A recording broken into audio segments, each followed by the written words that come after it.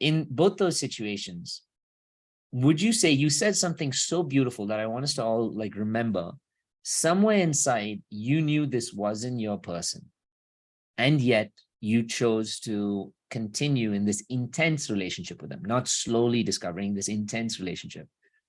If I were to ask you, because I know you've done your inner work, you're really like, you're so much stronger and more secure. But if I were to ask you, is that not abandoning yourself? Like choosing to be in something that could give you some kind of false potential or give you a feeling, a temporary feeling, over choosing to really show up for what this messaging or intuition or feeling is inside of you, for what's right. Yeah, well, I actually once dubbed myself the ex-queen of self-abandonment. So y'all are in the presence of royalty, guys. Literally, I'm like, at one point I was like, I'm like the queen of self-abandonment. I was like, huh. And now I am the ex-queen. So I've been dethroned, thank God. But yeah, absolutely, for sure.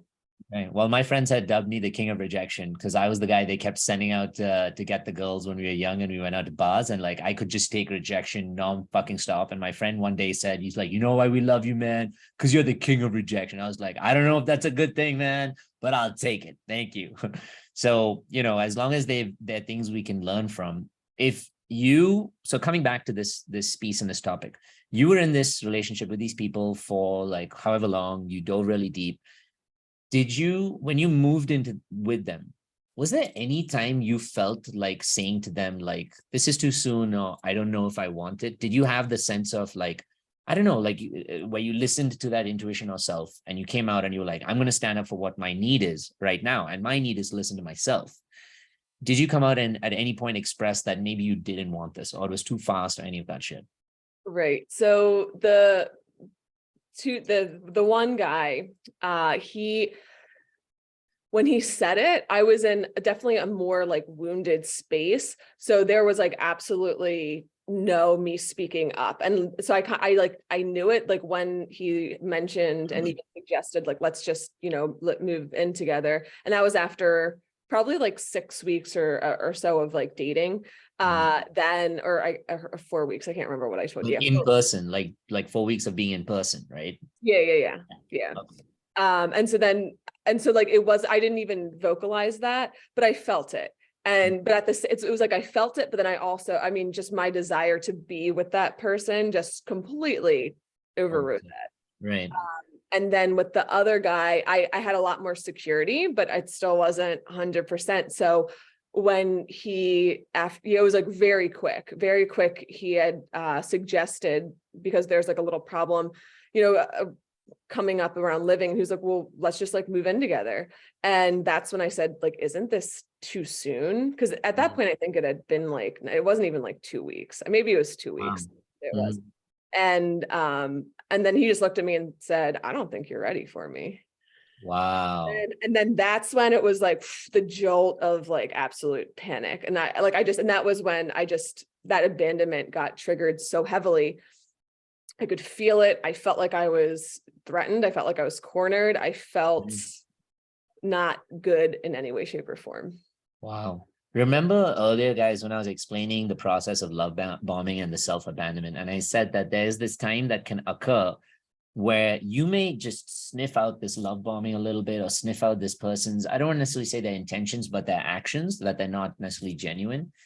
And at that point, you're starting to question and you're like, I don't know if this is good enough for me. So you approach them and you try and put a little like pin in their balloon or like, just a little wrench in this plan of theirs.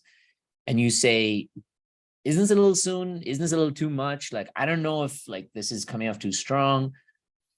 And then remember I said that their response to it more often than not is to try and suddenly withdraw it as kind of like a threat to you. So they withdraw this source of like love or they withdraw the source of validation from you. And by doing that, they trigger you and trigger your abandonment wound into feeling like, holy shit, like, oh my God, if I don't accept it, I'm going to be alone. This sounds like too much, but it's better than not being alone.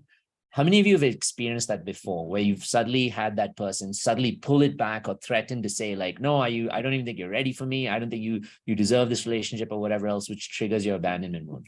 How many of you have noticed or experienced that before? I just want to get a good idea of it. Okay, cool. Thank you.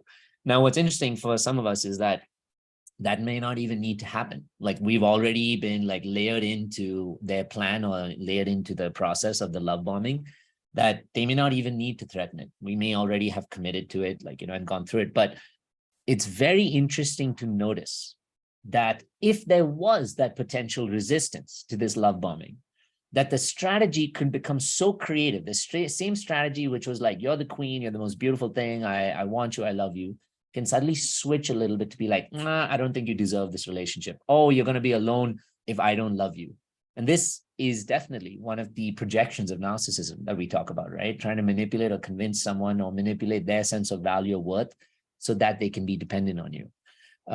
Okay, so moving forward through this, now you moved in with this person and you stayed with them, and did it last, or like, are you guys happy together right now? I mean, I know some answers, but I want everybody else to know the answers. But Yeah. And so he actually definitely came to his senses more like after that, and he realized it was too soon.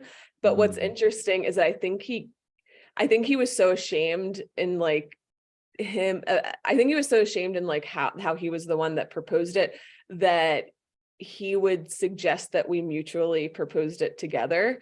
So he definitely was more like on the secure end. He just showed up anxious, in my opinion, in certain ways, like at the beginning of the relationship. And so after, like, I would say within like a few days, he was like, yeah, like kind of, and he didn't say like, what are we thinking? But we kind of like, we talked it and we were just like, yeah, like this is like way too quick. So we actually did not move in together, but we went really quick. We went really deep, really fast, like super, super, super, super, super, super intimate. And no, we are not together anymore. Hey, and welcome to the Inner Yats YouTube page. If you like our content, make sure you click the like and the subscribe button so that you get more of these amazing videos that keep coming your way.